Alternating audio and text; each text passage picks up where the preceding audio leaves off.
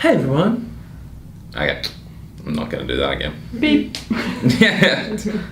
Old friends wanna get they talk on, making excuses for why I made it, cause they hate to see me spot on. I just narrowed down my targets right until I'm locked on. I've never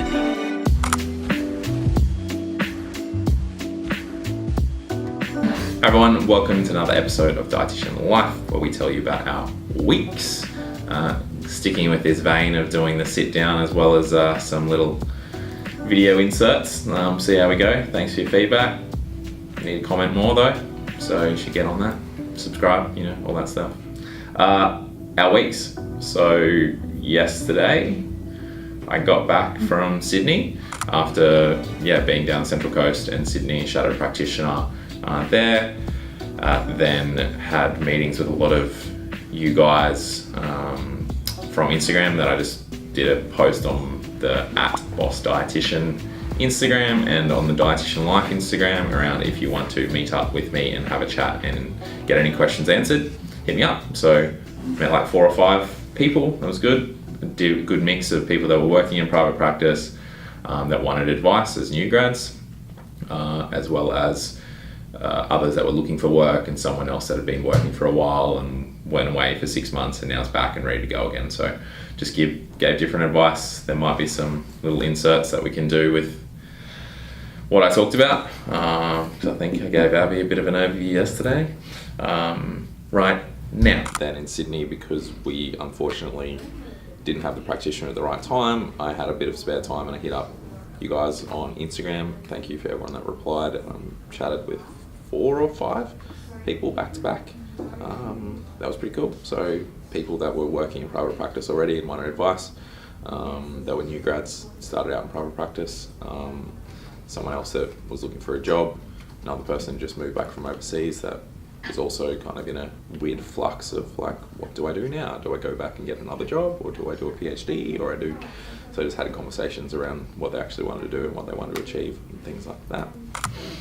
But yeah, and then today I got the polo shirt on because I went to the hospital where we've got a contract with Sunshine Coast Dietetics, and that was really good. Had a meeting with the allied health manager and the CEO just around how we're going. They gave a lot of good positive feedback of how the previous dietitian was, and then we've started with an abrupt start. There's been absolutely no negative feedback from their crew. There's been no friction.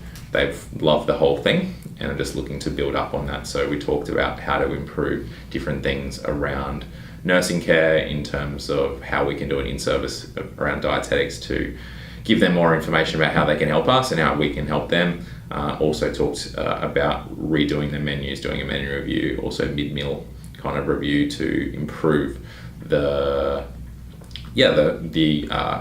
offerings basically for patients to get the best clinical outcomes as well as patient satisfaction outcomes. Also had a meeting with the person who handles the stock of the supplements, so I'm going to send them an email this afternoon with all the supplements as well as stock levels that I would want in their storeroom, so that we can ensure that we've got everything available for our clients but not overdoing it so that the hospital loses money because we haven't used the supplements and they expire, because that is like a no-no.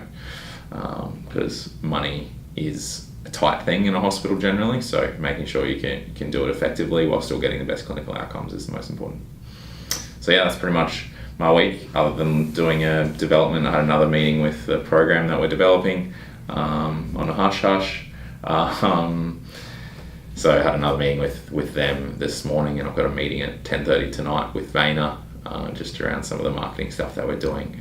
Had a meeting with, I'm just rambling now. Just had another meeting with marketing crew yesterday. We had a lunch celebrating how boss they've been and the increase and how people are noticeably seeing the difference in quality of some of our stuff, but with the goal to obviously continually improve and try and adapt what we're doing and make ourselves better in every aspect.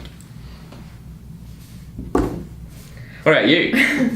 Well, I've had this random eye twitch all week. It's really, can you just, you got to zoom in on it, didn't you, Abby? Yeah. No, I feel like this eye twitch needs to fuck off out of my life, though. Are you making me look beautiful again? So that's going well. It changed to the other eye. It did. I feel like it's settled down slightly, but I think it's related to being close to Tyson or just being in here because it's coming back again. Like I can feel it coming this morning and I didn't even pay attention to it this morning. Oh my God. If you're close to me, that's my ambience that's causing the stress twitch. Fuck off. The stress Does it twitch. start when he comes into the building? Like, that's how you sense It's like, him? yeah, it's just like the spidey sense. It's like the eye sense is tingling. Like, And these like lights are giving me like intense epilepsy. But I've tried to change some processes this week in terms of how I structure my days to try and get shit done because there's like pressure from above.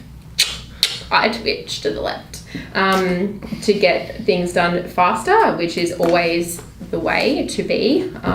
So I've actually written myself a little list about what I've done this week, which I'm really very excited about.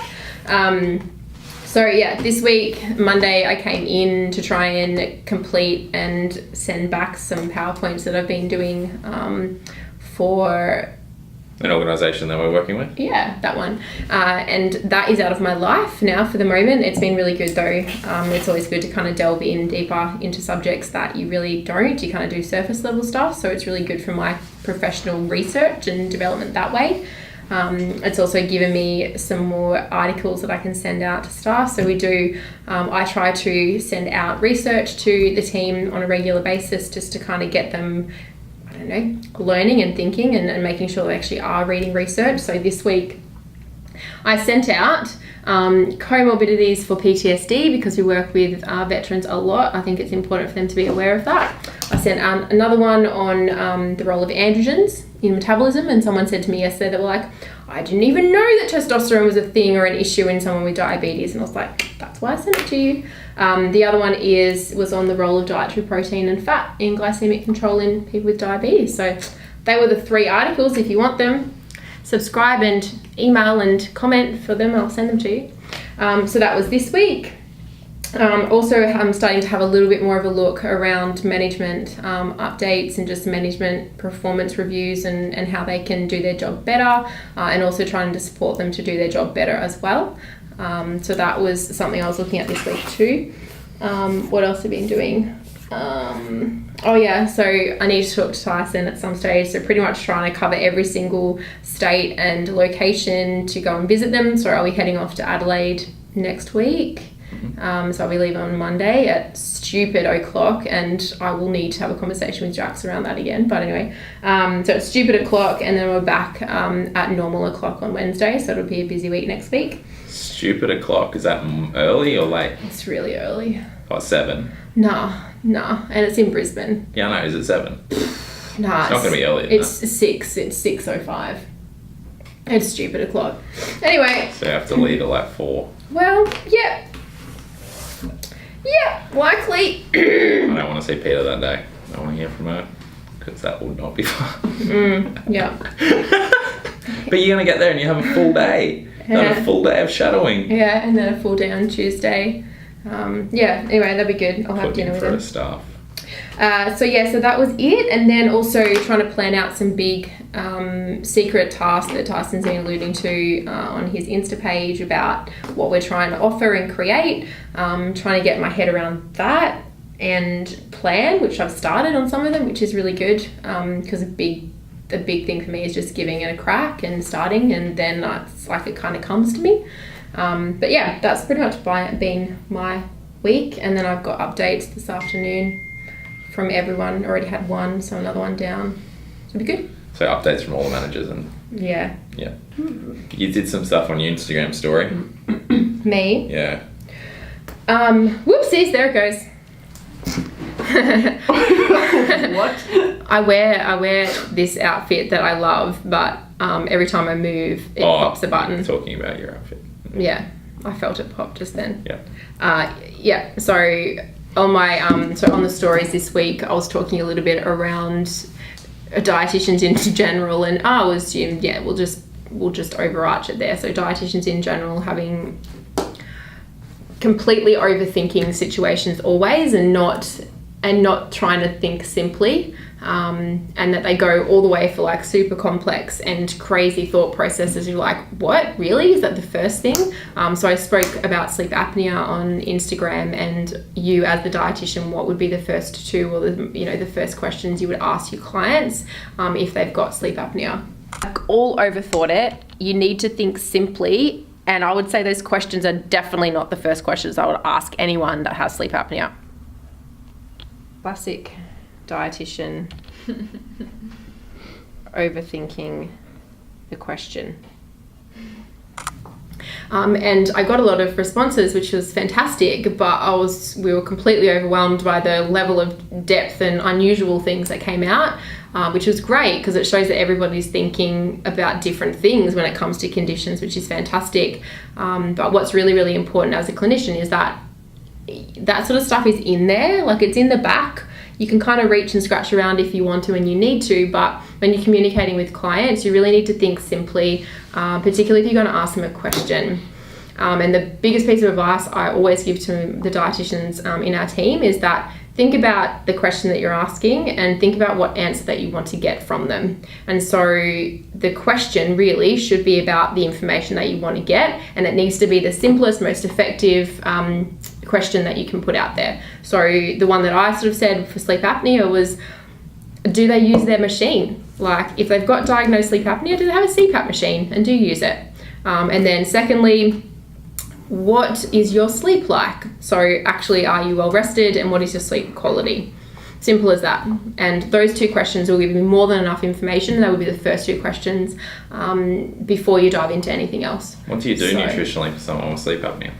Nutritionally, there's really not a lot of thought process or value in nutritionally what you do for sleep apnea. Just help them lose weight. Yeah. Because that usually contributes to the sleep apnea. Yeah, but it's also a double-edged sword because the sleep apnea will also be creating the weight and the effects of weight gain, so increase in appetite.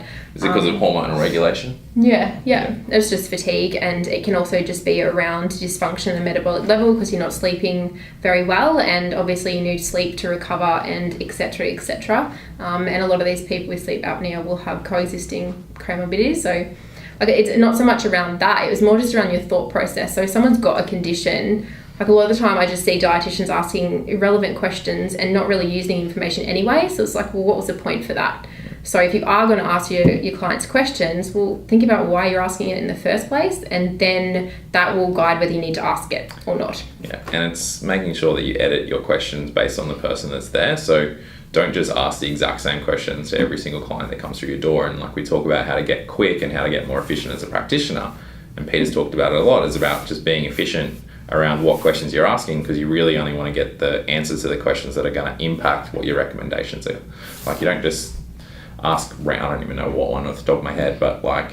Yeah, a good one is like, oh, okay, so what medications are you taking? And that, like, you literally just rope it out, but then there's no thought. Yeah, like, oh, okay, cool, so you're on that. Like, why you're on that in your head, and you don't need to kind of process out the conversation, but taking like a medical history and taking a medication history, like I see it so many times, they take it and then they totally forget about it 20 sessions later. It's like, well, actually that's like probably important. So, I mean, get the information, yeah, it's pretty important that you do, but use it, because it's definitely an important question, but if you're not going to do anything about it, well, you shouldn't have asked it in the first place.